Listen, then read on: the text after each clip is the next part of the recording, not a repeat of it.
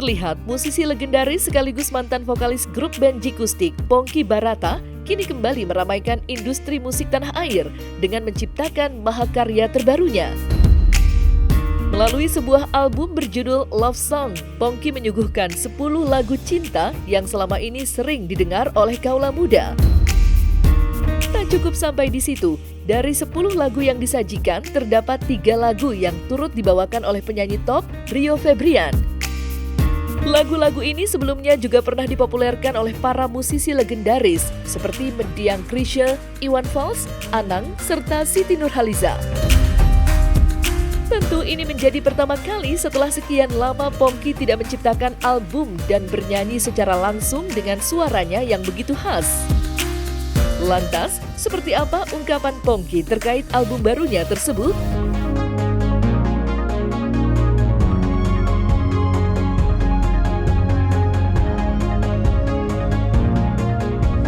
Jadi judul itu pun kita temukan sambil makan nasi goreng di Pondok Indah waktu itu. Waktu itu kita cari beberapa nama, cuman kayaknya yang orang Indonesia dengan gampang mengucapkan, tapi juga bukan bahasa Indonesia, misalkan Love Songs itu kayaknya pas deh gitu. Jadi akhirnya tercetuslah Love Songs. Memang akhirnya proses seperti itu jalannya harus dengan Mas Epoy, karena mungkin dengan Gaby belum bisa, jadi makanya dia hadir nih sebagai project leader di sini. Mungkin ada teman-teman yang belum tahu, saya sudah tinggal di Bali selama dari 2016, berarti 8 tahun ya, 8 tahun kurang lebih. Tetapi tim produksi saya tersebar ada di 3 kota lain, ada di Jakarta, ada di Jogja, dan ada di Solo.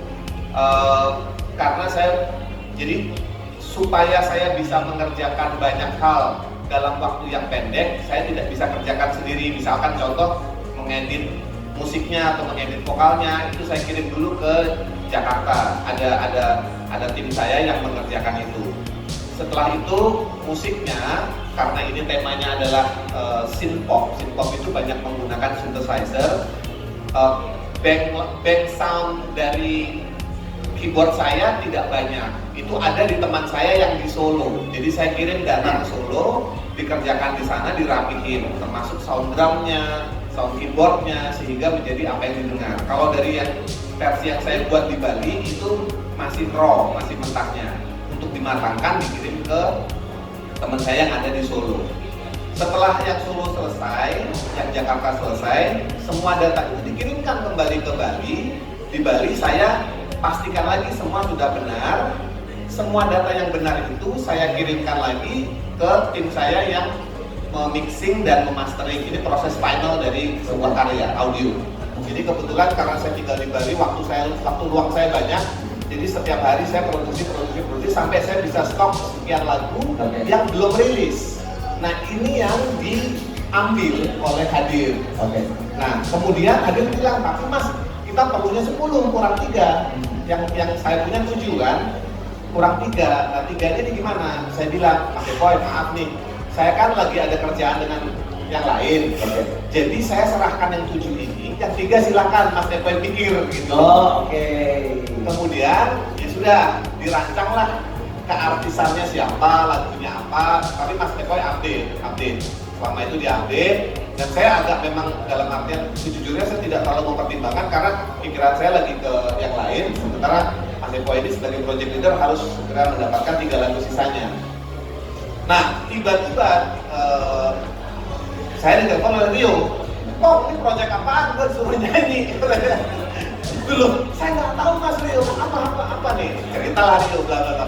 Oh mungkin yang Mas Epoy itu, yang Hadir itu gitu. Jadi akhirnya sambil berjalan baru saya tahu ada Hadir Kakek, ada Hadir Jemari gitu. Untuk di project ini membantu dari 10 lagu, kuota 10 lagu. Aku kaget. Surprise.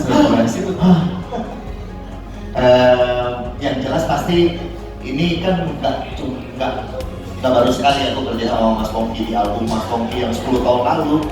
Juga aku ada di situ nyanyiin lagu Mas Pongky juga, dan kita memang sudah sering ketemu, sering ngobrol lah ya. Dan ketika dapat lagu, kebetulan saya dapat lagu 1000 tahun lamanya. 1000 tahun lamanya itu masih lekat banget di kepala gua, di kuping gua, di kita semua tuh Tulus yang bawain kemarin tuh. Ternyata itu udah 10 tahun lalu. Udah 10 tahun lalu dan wah kaget juga tiba-tiba dapat lagunya ini. Mau dibikin apa nih? Mau dibikin apa? Mau dibikin seperti apa? Karena kan lagu ini waktu pertama kali keluar juga tahun 2000 ya, Bang ya? Ikustik tuh 2000 ya. tahun 2000 kan? Kalau dari zaman radio independen 97 bahkan. Wow, gila. Tapi Jadi kalau bahkan biar nggak terlalu tua, tadi 2000 ya, pas keluar ya. Jadi keluarnya juga udah tahun 2000, jadi udah 24 tahun nih. Udah lama banget, kebayangkan yang nyiptain juga udah berapa tahun sekarang ya. Saya terus terang saya bersyukur karena yang hadir, karena yang datang di proyek ini, Kakek Rio dan Jemari itu berhasil menyamakan vibe-nya dengan 7 lagu yang saya punya. Jadi nggak beda gitu loh. Itu yang saya syukuri ini.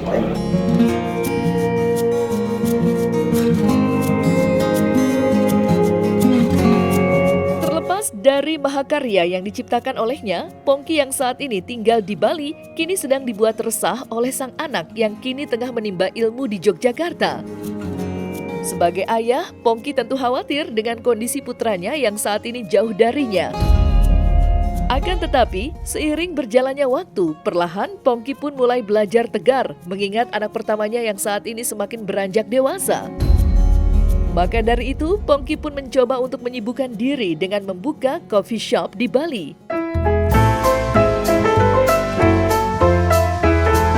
Anak satu yang pertama sudah semester 5 di Jogja. Semester 5 di Jogja artinya sebentar lagi dia akan mengepakkan sayap dan mencari pekerjaan dan segala macam. Cukup serem buat saya sebagai orang tua dan Sofi. Tiap bulan kita bahas sambil sedikit meneteskan air mata, kok anak kita cepet banget. Yang kedua, tahun depan akan kuliah, mengakibatkan saya dan Sofi hanya berdua di rumah bersama 2 anjing lagi. Jadi bahkan burung pun kalau lewat rumah nggak nginep, langsung pergi gitu. Jadi hanya 4 makhluk hidup yang ada di rumah. Ya ini fase Pongki dan Sofi yang sekarang lah, ya udah. Ini cerita lain lagi, tapi intinya itu yang sedang terjadi memang betul.